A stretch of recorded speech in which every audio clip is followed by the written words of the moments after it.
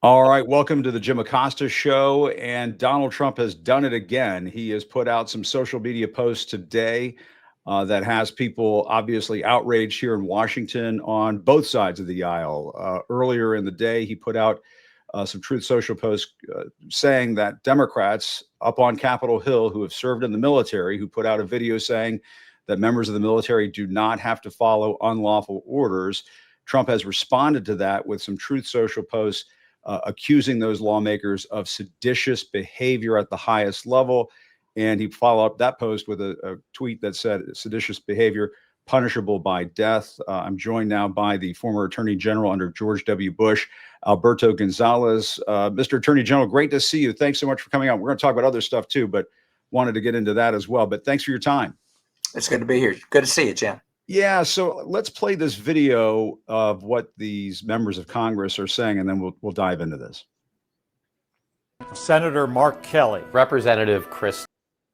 Congresswoman Maggie Goodlander. Representative Chrissy Houlihan. Congressman Jason Crow. I was a captain in the United States Navy. Former CIA officer. Former Navy. Former paratrooper and Army Ranger. Former intelligence officer. Former Air Force. We want to speak directly to members of the military and the intelligence community who take risks each day to keep Americans safe. We know you are under enormous stress and pressure right now. Americans trust their military. But that trust is at risk. This administration is pitting our uniformed military and intelligence community professionals against American citizens. Like us. You all swore an oath to protect and defend this Constitution. Right now, the threats to our Constitution aren't just coming from abroad, but from right here at home. Our laws are clear.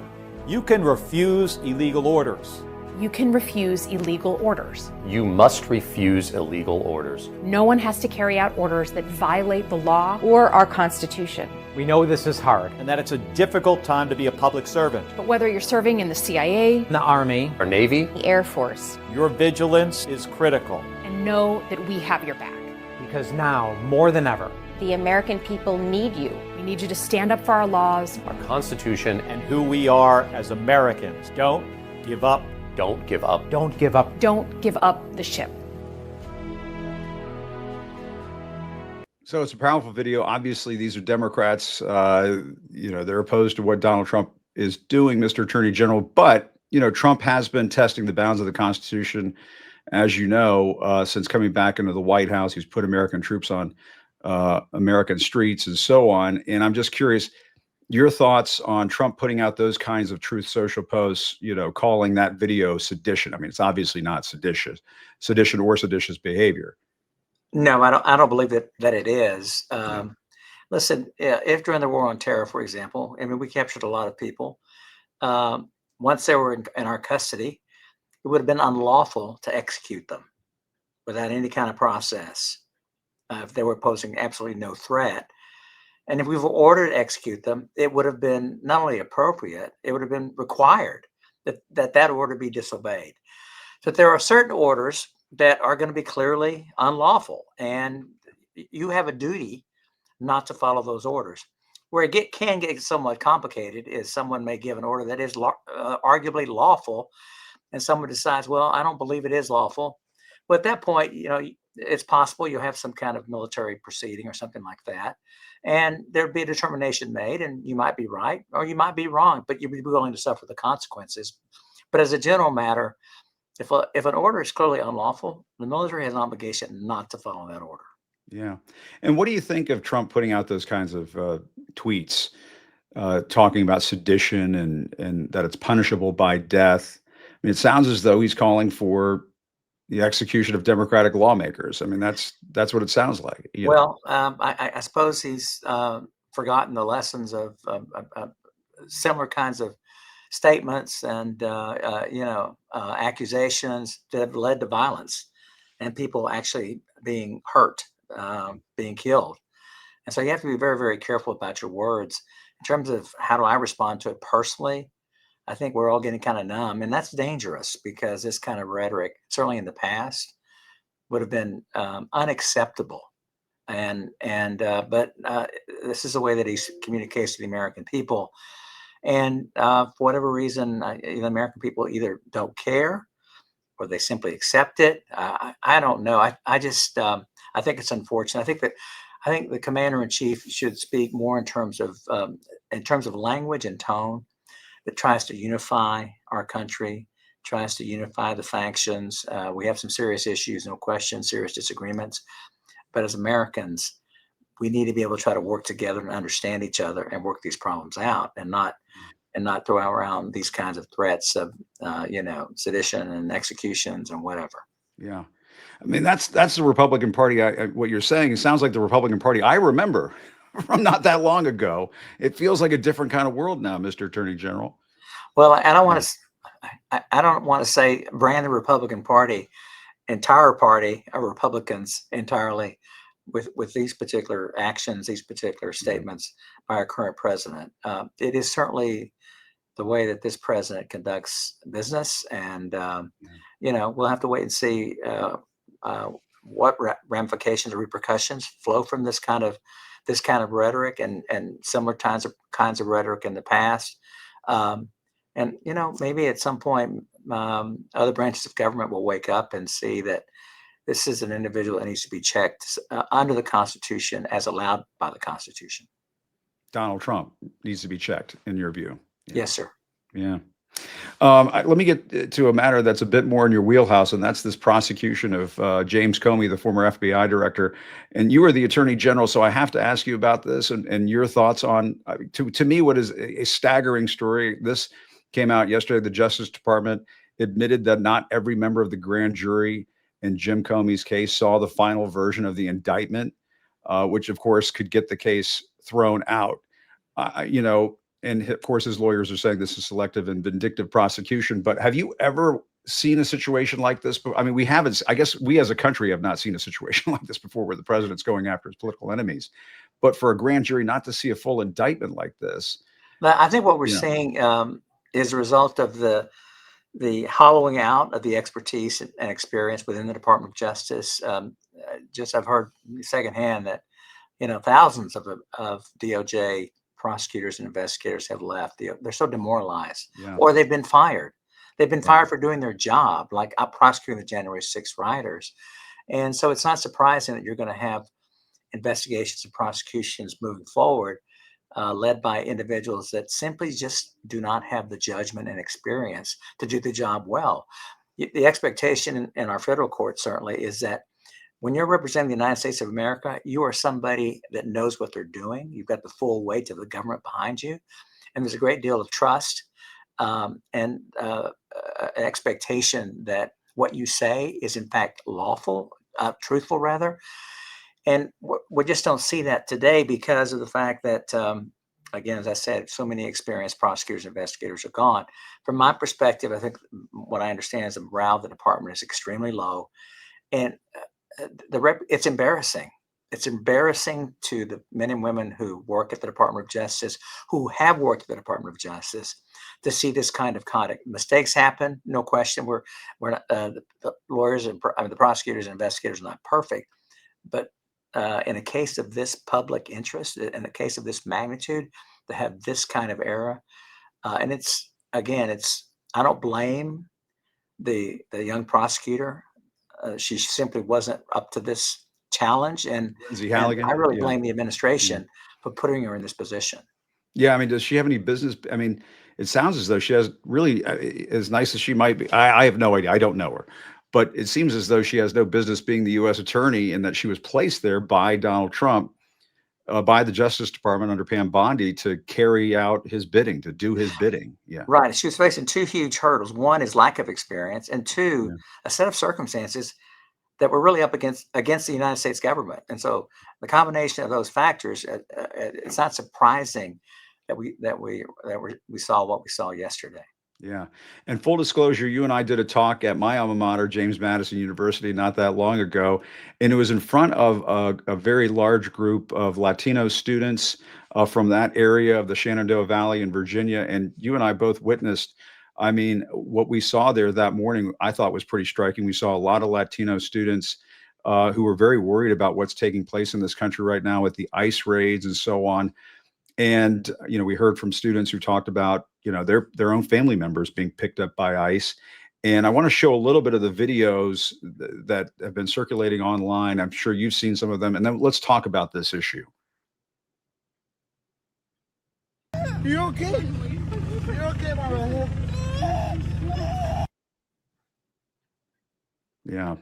There's the pepper spray. This is a gentleman in the Chicago area. His family was sprayed with pepper spray by federal agents. And apparently the child was hit. This is what these terrorists do to babies.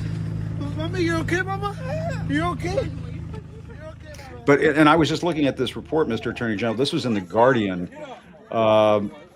ICE raids in Chicago have netted almost zero convicted criminals. More than 97% of the immigrants detained in the Trump administration's Operation Midway Blitz in Chicago had no criminal conviction. This is first reported by the Chicago Tribune. The Guardian picked it up. And obviously it stands in contrast with Trump saying he was going to go after criminals and gangbangers and the worst of the worst. What's been your sense of the way this has been carried out in this country? You were the first Latino Attorney General of the United States. I think it's been a disaster. It's been a disaster on several levels. One, the one you just described, in that I think for most Americans, yes, going around the country and rounding up dangerous criminals, rapists, murderers, that makes sense. But for the most part, these are individuals that are not dangerous criminals. The only crime they've committed is coming into this country in an undocumented status. But for the most part, many of them have been here for years, paying taxes, paying into Social Security. And the way these raids are being conducted without any kind of precision, I think has really painted a picture of a government out of control. And certainly when the conduct of the U.S. government draws a rebuke from the American Pope about the way immigrants are being treated, Right. then you know there's a serious issue going on with respect to the treatment of individuals. Jim, you spoke about being at JMU, and one of the things I remember is you spoke about speaking to the students about their value, the fact that they're immigrants. They may not be American even, but we all have value, and that value has to be respected. And if we're going to enforce the laws, it needs to be done in a way that recognizes that we're all human beings. We all have some worth. And quite honestly, that's consistent with, I think, how we all view America and what America should be. Yeah. No, I mean, I say that when I talk to young Latino students, be proud of your heritage, be proud of your last name, be proud of the color of your skin, where you came from, where your parents came from. And you are a human being. You have every right to be treated humanely in this country. And our Constitution is supposed to, abide by that. I mean, that's one of the reasons why we have the Fifth Amendment and so on of the Constitution, to due process. And I remember one of the things that stood out to me from that conversation is that you yourself have felt uncomfortable at times going to the store, wondering, am I going to get picked up? Yeah, because I worry about the way I dress when I go to some place like Home Depot. I also, given the history or habit of this administration of going after people that are not friends of the administration, the notion that Al Gonzales might get picked up. I mean, I'm not known as a big Trump lover, and so that might give an additional reason why someone might take a hard look at picking someone like me up. But I mean, but I think not to skip past this, but I mean, the fact that a former Attorney General of the United States has the thought going through his mind, well, because I look Latino, I have to be concerned about the way I dress when I go to Home Depot. I mean, that's a hell of a statement, It's sir. not America, is it? It just isn't, and it's a shame. And again, go back to Pope Leo, just being very, very clear, very, very forceful about I think his disappointment that he's seeing this in his, not only just in America, but in his home city of Chicago. These kinds of things are happening, and I think that is really disappointed him. And certainly a disappointment to me. And sir, I have to ask you about former Vice President Dick Cheney. There were funeral service for him at National Cathedral today, and we saw George W. Bush was there, Joe Biden was there, of course Liz Cheney was there, and the Cheney family. And one of the things that stood out to people and there's Mrs. Cheney, as well. But one of the things that stood out to people at this service today, Mr. Attorney General, is we saw Democrats and Republicans. I mean, Donald Trump was not invited, we should know, but Democrats and Republicans were sitting together, showing decorum to one another. And it seemed like a snapshot from yesteryear. When Democrats and Republicans, they've gone after each other tooth and nail, no question about it. That's true. But at the end of the day, we were all Americans. We all felt like we were part of the same team. And I'm just wondering, do you have any sense as to how we get that back? Well, I think, and your thoughts on Dick Cheney, of course, the vice president. Of course, but I think in terms of how we get it back, I think it requires continued effort to reach out to the other side, that you can't give up. I was at an event in Austin this weekend, and we were talking about the fact that will there be retribution by the next Republican administration in terms of firing a bunch of Republican prosecutors at the Department of Justice? And I believe imposing retribution is the wrong way to go. That's not who we are. We're better than that. And so I still believe that while we may not like it, while it may be difficult, at the end of the day, we are all one country. And to be successful, we need to work together. And so we need to continue to find leaders who will continue to reach out and try to find common ground. Now, with respect to Dick Cheney, I think you're seeing Republicans and Democrats there because people recognize that he loved America. And despite what you may feel about the way he treated you or he dealt with people, and he was tough. Oh, yeah. Even for those of us who worked in the Bush White House, I certainly knew he was motivated by what he thought was best for America, always. And I think that's why you see the kind of turnout you're seeing in the National Cathedral, is people showing respect for a man who deeply loved America. Yeah. And he was very frank about his warnings about Donald Trump. And of course, MAGA came after Liz Cheney. And you almost have to wonder, in addition to just the country coming back, the Republican Party. Can the Republican Party survive Donald Trump?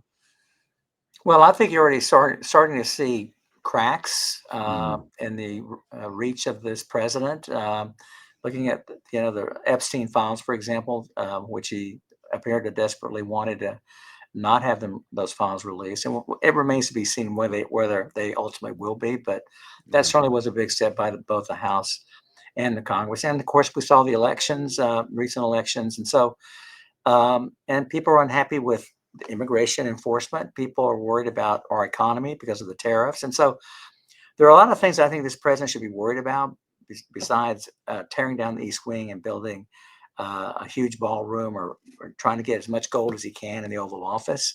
Yeah. And I really would like him to concentrate on what's best for the American people. When you're focused on how to make money for yourself and your family and your friends, then you don't have time to think about the American people. And that's what I really worry about. And the way he has been, behaving in that category, he and his family members trying to accumulate as much wealth as possible as soon as they get back into the White. As a former lawman, maybe former lawman, always a lawman. What goes through your mind? Some of this doesn't look like. This is my personal characterization. That doesn't look like it passes the legal muster to me. Something seems fishy with a lot of what he and his family have been up to since he's come back to the White House. Well, I agree. I think it would be a violation of a lot of anti-corruption, anti-bribery laws. But of course, the Department of Justice has been ordered not to enforce those laws going forward. Now, they may worry about what's going to happen in the next administration. My prediction is everyone's going to get pardons before this president leaves. They'll all be pardoned for everything that they ever did in connection, during their time in the White House or in the administration. But the level of corruption, I think, is astounding and historical. I can remember, when I was in the White House, telling President Bush he could not keep a box of Cuban cigars because at the time it was unlawful to have Cuban cigars, and so I had them returned. So we're in a whole different universe now, unfortunately. Yeah. And I tell you, if I get a hold of those cigars, I would. I tell you, I don't mind bending the law a little bit when it comes to Cuban cigars, but Okay. that's just me. I won't put that on you. But Mr. Attorney General, thank you very much for your time. Really appreciate it. We could go on and on, but I'm sure I'm taking up too much of your time. But thank you so much. Great to talk to you, sir.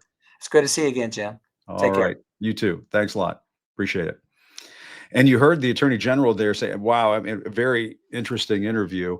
We'll talk about that in the days to come, I'm sure. But one of the things that he mentioned there was the Epstein case, the Epstein files, and how Donald Trump was pretty desperate to not see the release of the Epstein files.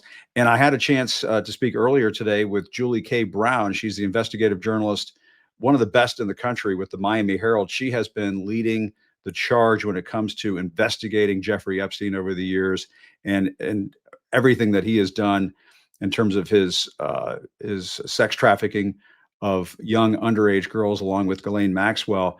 And I had to reach out to Julie to talk to her about Donald Trump's behavior over the last several days. He finally signed that bill to release the Epstein files, but Julie still has a lot of questions as to what we're going to see. And here's what she had to say. And joining us now is Miami Herald investigative journalist Julie K. Brown. Julie, it's great to see you. I know you've been one of the leading reporters on this Epstein story for many years. And I just have to ask you, did you ever think Donald Trump would sign legislation authorizing the release of the Epstein files? What do you make of what we've seen this week? Well, I didn't think he would do it unless he was under duress. Let's put it that way. I did think that after I saw the victims, as you know, put out a PSA Right. over the weekend, which was aired during Monday Night Football nationally. And when I saw that, I got chills, as most people did when they saw it. And I thought to myself, this is it. There's nobody that can vote against releasing these files after this. So Yeah. I did think that was going to create, a crack in the whole veneer of let's not release it, for those who were objecting to releasing it. Right. Well, and now I'm sure I mean, the big question is how much does the Justice Department release? And we saw the Attorney General Pam Bondi saying yesterday, we'll follow the law, we'll follow the law. A lot of people took that as code words for trying to find loopholes in the law as to what can be released and what can be held back. What's your line of thinking on that, and how far the Justice Department can go in blocking some of these files from being released? I mean, I saw Thomas Massey put out a tweet saying, and he's the Republican congressman who's led the charge on this, saying, there's only so much they can hold back. They really can't hold back that much, according to the law. Right. If you read the law, there's actually a lot of information in the law. You take time to read it. Yeah. There isn't even names that are in there, third-party names, aren't supposed to be redacted. So, the conversations that were made behind the scenes with prosecutors are fair game. There's an awful lot of things that are detailed in this law that says that they have to be released. So in my mind, it's going to be hard for them to find a way around it. But of course, I'm sure they will. Yeah. And I guess, you and I haven't spoken in a while. And to me, what was extraordinary was to see those emails released last week. I know folks have been saying the emails are not the same as what is, contained in the Epstein files. These are emails primarily released by the Epstein estate, I believe. But there's this one email I want to draw your attention to. I've been talking about it on my show nonstop. I know other folks have been talking about it as well. It's from April 2011, and it's when Jeffrey Epstein says to Ghislaine Maxwell that Donald Trump is the dog that hasn't barked, and that victim redacted has spent hours at Epstein's house with Donald Trump. This, of course, this email came before he was a candidate for president, before he was really involved in national politics in a major way. What did you think about that? And what do you think about the fact that he's mentioned so many times in these emails that were released? Well, first of all, they didn't, as they often fail to do, they didn't properly redact these emails. There are places where they redact a name, and then other places where you could see the name. And unfortunately, that victim's name is in there elsewhere, and I won't mention it. I think it's been mentioned. You can look it up. But she has previously said that she had no sexual contact with Trump, and in fact that anytime she had been in his presence, he had been a gentleman. So I actually think that possibly Epstein was trying to introduce this because he wanted her, or was hoping she would say something. I mean, you have to, it's hard to know. It's out of context. But, the point to me with all these emails is that Trump's name is mentioned more than anybody else, double anybody else. Okay. And so it says something, if nothing else. It doesn't imply that he committed any wrongdoing, but if nothing else, it raises questions about his complicity and the complicity of a lot of other high-powered and important people who remained friends with him and even conducted business with him and traveled with him and had dinner with him, and apparently even shared women with him during a time when we know that, for example, some of these women were coming out and saying this was a sex trafficking operation. This involved very powerful people. This involved a cover-up. So, there was a lot of publicity in 2011 about Epstein and this crime being a much bigger crime than that was initially believed. So anyone who was associating with him after he pleaded guilty in 2008 should have, really thought about associated with him. There was a great column by Tina Brown in the New York Times this past weekend, and was talking about how she was invited to a party at his mansion, and she said some words to the effect like, "Are you crazy? That sounds like a pedophile party. I'm not going to that." Wow. So she certainly knew. And there were people that absolutely knew his reputation. And so it says something about these people, whether it's, their judgment, and their morals, their moral fiber. Yeah. And it makes me wonder how much Donald Trump is panic-stricken over the release of the files themselves. I was speaking with Spencer Kuvin, who has represented a number of these survivors, and he said they're probably surveillance tapes, there are probably recordings, there's all kinds of stuff in the files. It's not just documents and emails and that sort of a thing. And if Donald, I guess the reason why I bring up that April 2011 email is that, okay, maybe that particular victim, maybe there was nothing that was going on between Donald Trump and that particular person. But if you spent hours at the house, there must be, I would have to assume, surveillance footage of Donald Trump going in and out of that house.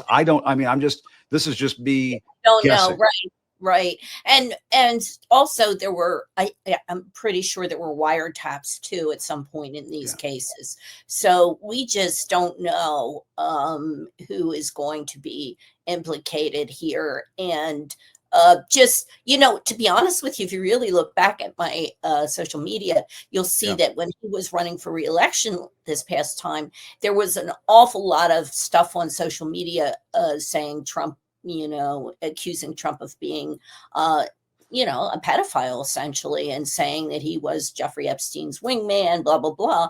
And I was saying, look, there's no evidence of that. I've never seen any evidence of that, at that point. And then when this all happened with Trump, I have to tell you, with the way that was handled with Pam Bondi and Kash Patel and the whole, we're going to release it. And then they release nothing. And then they say, forget it. There's nothing to see here. Right. That's when I thought there's something we don't know that's in there. There's something. There's got to be some. It seems to me there's got to be something, and maybe you and I will both be proven wrong, but I don't think we will be. And there's also the way he's been behaving lately. I mean, there's the video, we can show this, of him calling Catherine Lucy of Bloomberg the other day piggy when she was asking about this. Let's play it and let's talk about it. Epstein and I had a very bad relationship for many years, but he also saw strength because I was president. So he dictated a couple of memos to himself. Give me a break. You got to find out, what did he know with respect to Bill Clinton, with respect to the head of Harvard, with respect to all of those people that he knew, including J.P. Morgan Chase. Yeah, Jennifer, go ahead. Go ahead. In the file of Venezuela, Quiet. I mean, I've seen some pretty outlandish Donald Trump behavior over the years. That is pretty close to as bad as I've ever seen it. And it's been a pattern. We've seen tweets from him. We've seen public statements from him where he just seems like he's coming unglued. And I'm just wondering, what do you think when you see that kind of stuff, having investigated this for so long, Julie? I just can't explain it other than there's something there, because it doesn't make any sense. It's too over the top, angry and frustrated. And, I've had people that, I'm not a political reporter. I'm not a White House reporter. So I have had a couple of people that are more covering those, beats, and they have said that this is kind of Trump in some ways, because he never likes to be told that he's wrong. And here he's sort of, everything that he's doing is not working here. And he's, everything he's doing is really wrong. He's not getting the results, let's put it this way, that he really wants. So part of the frustration, I'm sure, is that, but you have to wonder if part of the frustration is also that he's hiding something. Yeah.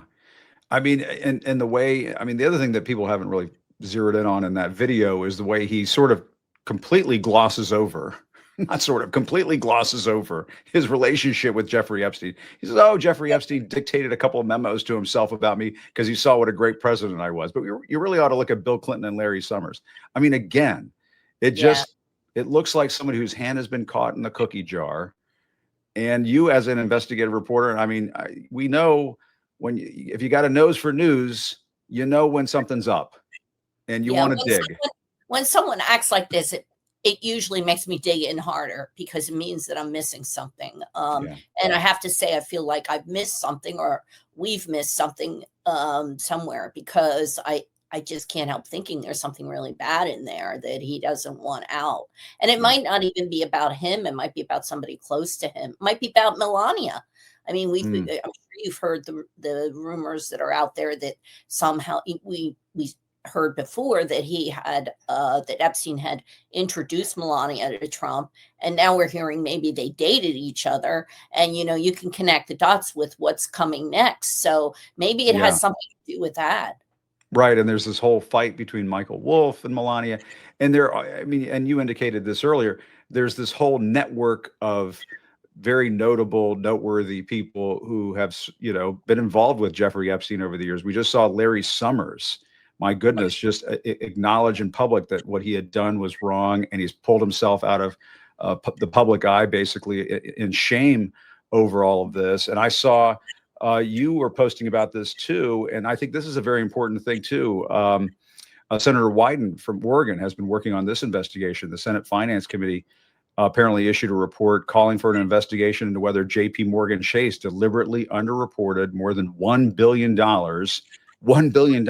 in suspicious transactions by Jeffrey Epstein.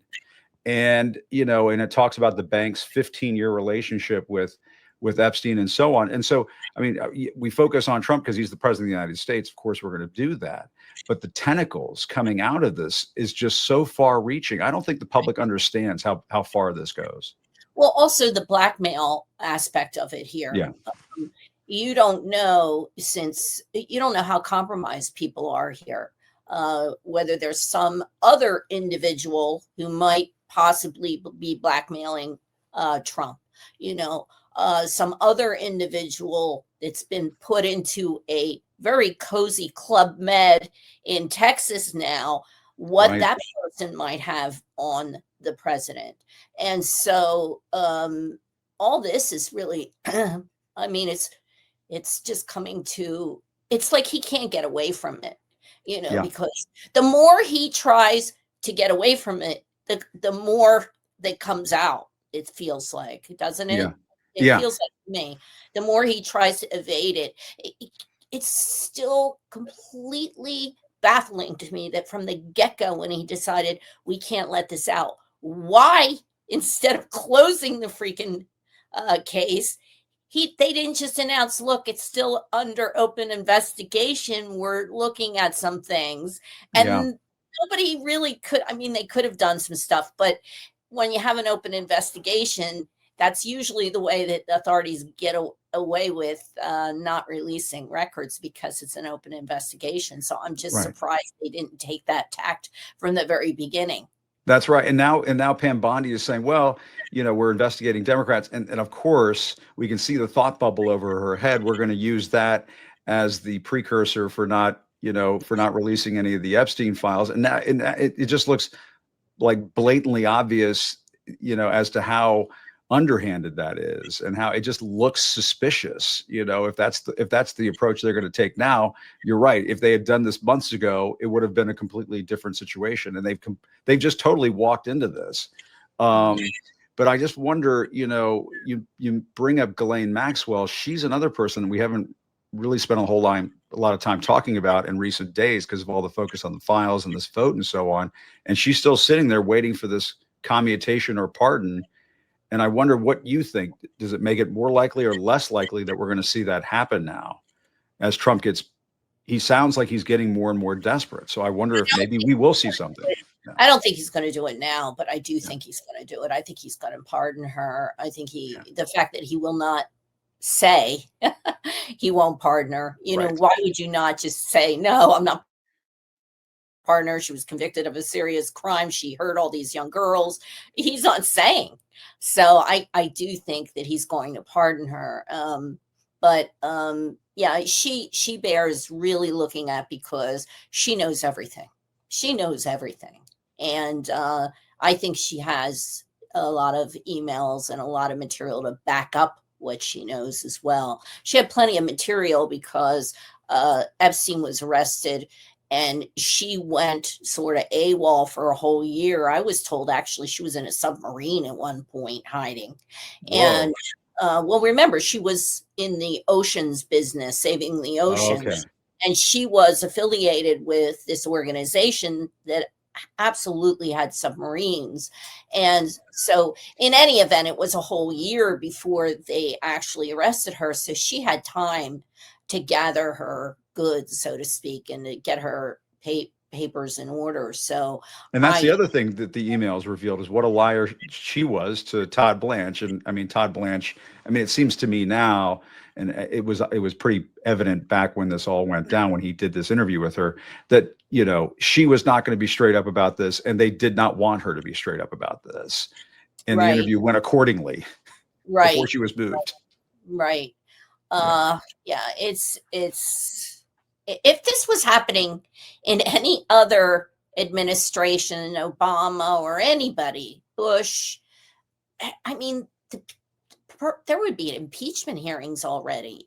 This is kind of, we're in new territory here with it's almost like they are testing the bounds of American democracy here in our Constitution. And I don't know if we're winning this war or losing it, because it seems like we just keep allowing them, to manipulate the DOJ, to manipulate the FBI, to go after enemies, including colleges and college students who are exercising their free speech rights. It just feels like we're living in a different kind of government time, an authoritarian time. And I never thought, to be honest with you, I would see something like this in my lifetime. Yeah. No, I agree with you 100%. And the way they have handled this Epstein case, you're absolutely right, is unlike any other administration in the way it would have handled this that we've ever seen in our history. This is, it is just an obvious departure from the way our system of justice is supposed to work. And so you have to assume all bets are off.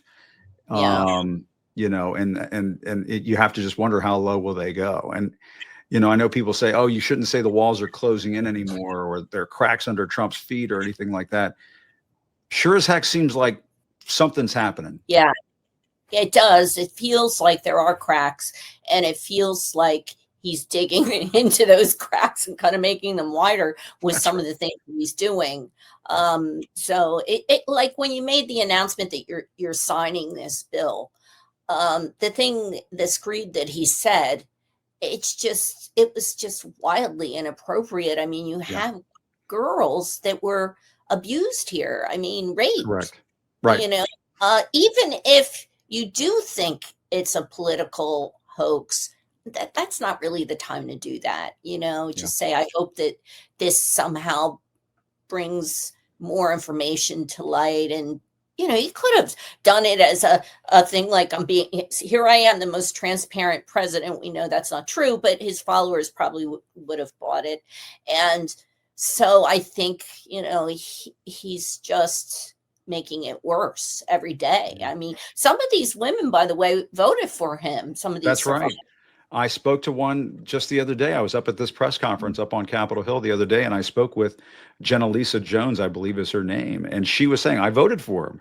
And she was saying, I can't tell you how disappointed and outraged I am over how he's handled it. Her comments. She was featured in the series that I wrote in Yeah. 2018, and her comments were just unbelievably powerful. Yeah, Really, there she is.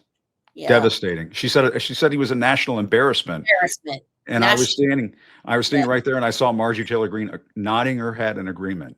Did you ever think you would see that? I didn't. I didn't really, but now that we know what's going on, I mean, you have to give it to her that she's understanding this moment. Yes. Trying to be on the right side of history. Correct. So you have to give her that. No question. Well, Julie, excellent work on your part. Just keep digging, as you were saying earlier. We just got to keep digging in all of this. But thanks so much for your time. Really appreciate it. Thank you for having me. You bet. Take care.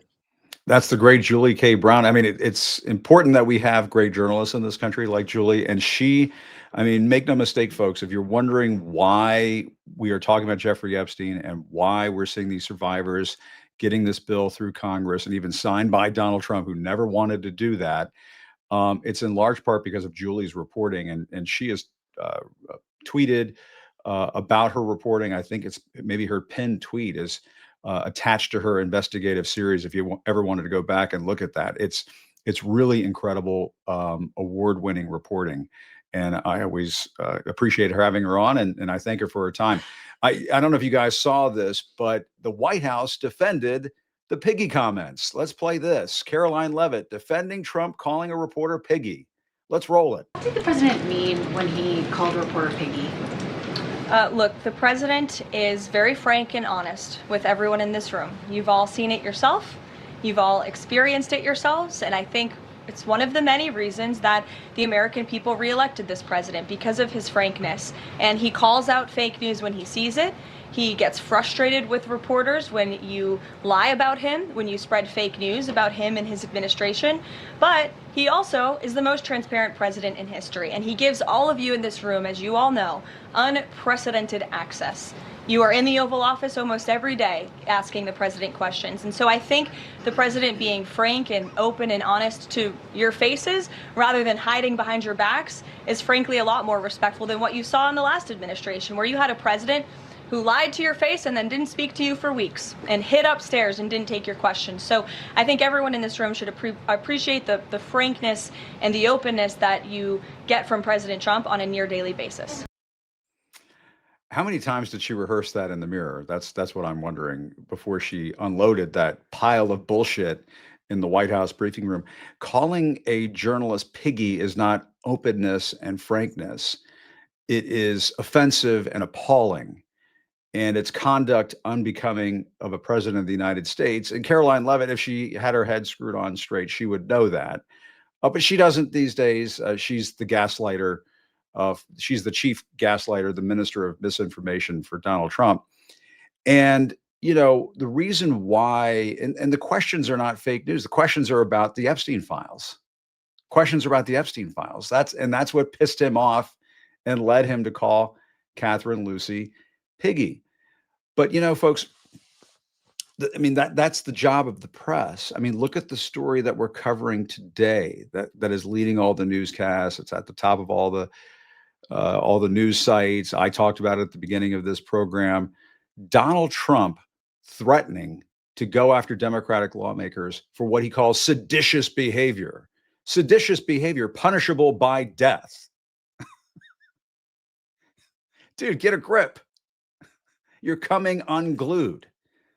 And why is he becoming unglued? Why is he coming apart at the seams? Because of the Epstein files, because he just signed a bill he didn't want to sign, that his hand was forced. It was almost an auto pen that was needed to sign the Epstein files bill.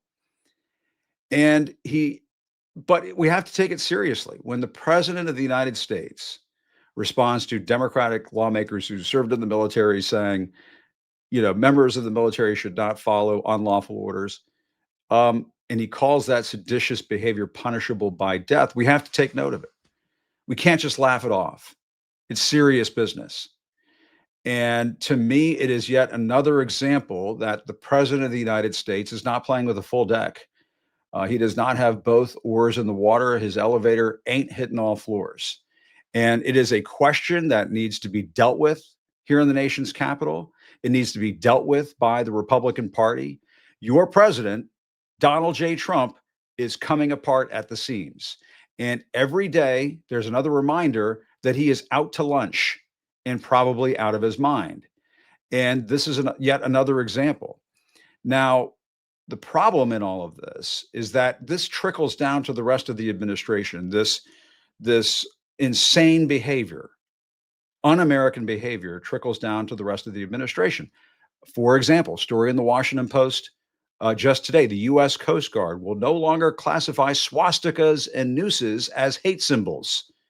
Have you guys seen this story?